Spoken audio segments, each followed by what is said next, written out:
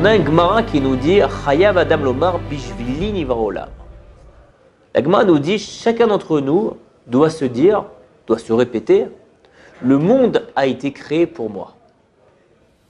Et quand on se dit ça, le monde a été créé pour moi, on se dit mais est-ce que c'est possible de dire que le monde a été créé pour moi alors qu'il y a des milliards de personnes qui vivent sur ce monde, dans ce monde? Et dire que le monde a été créé pour moi, c'est-à-dire qu'il a été créé que pour moi et pas pour les autres. Je vous donne un exemple. Imaginez maintenant, je fais appel à un menuisier pour me fabriquer un bureau. Et maintenant, qu'est-ce qui se passe? Il y a quelqu'un qui dit non, mais c'est pour moi ce bureau-là, il est fait pour moi. Alors moi je vais dire mais non, c'est pas possible, il est fait pour moi parce que il est d'après mes mesures, d'après ce que j'avais besoin, d'après il a été pensé, réfléchi pour que je m'en serve, pas pour que tu t'en serves. Donc comment dire que le monde est pour moi, il est pour toi, il est pour tout le monde? C'est pas possible, parce que s'il était fait par rapport à moi, il ne peut pas être fait par rapport à quelqu'un d'autre. C'est pas moi qui le dis, qui pose la question, c'est le Pri Haaretz. Le Pri Haaretz, il dit que, en fait, Akadosh Baruch Hu, c'est pas comme un humain.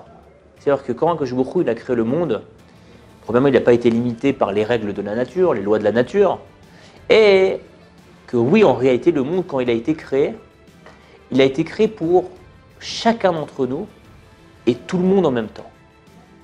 C'est-à-dire que par rapport à moi maintenant qui suis là, mon entourage, ma famille, mes amis, mon corps, mes épreuves, mes rencontres, mes midotes, tout a été calculé au millimètre près. Et ça pour chacun d'entre nous.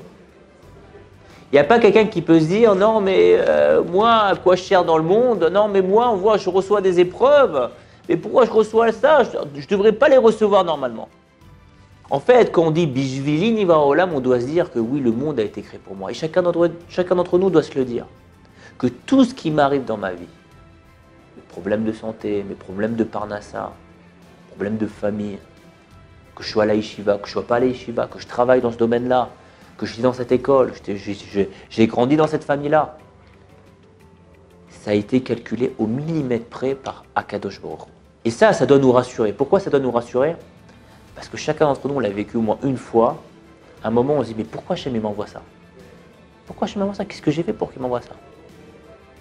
Alors la plupart du temps, on n'a pas la réponse. Pourquoi Akadosh Baruch Hu nous envoie ça? Ou parfois, on cherche des réponses comme ça, Kéilou, c'est pour se rassurer. L'homme, il aime bien avoir des raisons à ses souffrances. Ça permet de lui dire, bon, voilà quoi.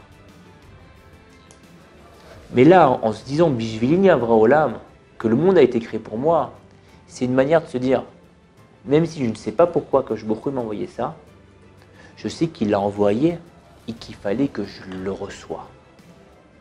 Il fallait que je le reçoive. Et je vais vous le prouver par une Gemara. Une Gemara qui se trouve dans Ta'anit. Là-bas dans Ta'anit, on nous parle de Rabbi Elazar ben Pedat.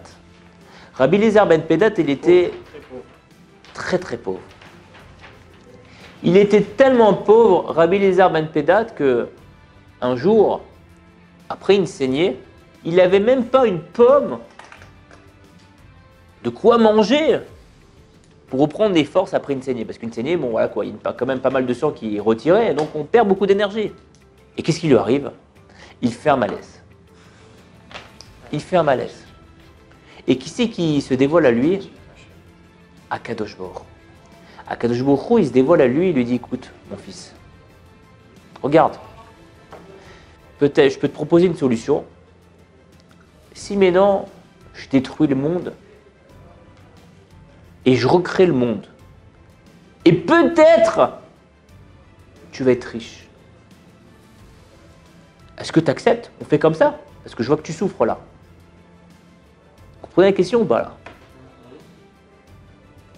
C'est-à-dire que, qu'est-ce qu'il demande Rabbi Elazar ben Pedat? Il demande un Club Med. Il demande quoi? Un hôtel, un château? Qu'est-ce qu'il demande? Il veut juste une pomme, quelque chose à mettre sous la dent pour avoir des forces. Et là-bas, le Pri Haaretz, il nous dit encore une fois, il nous dit que la destinée de Rabbi Elazar ben Pedat, c'est d'être pauvre.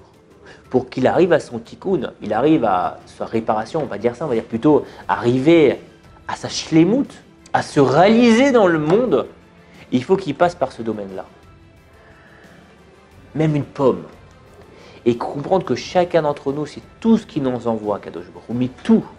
Il n'y a pas un détail dans la vie, on va dire, où c'est anodin.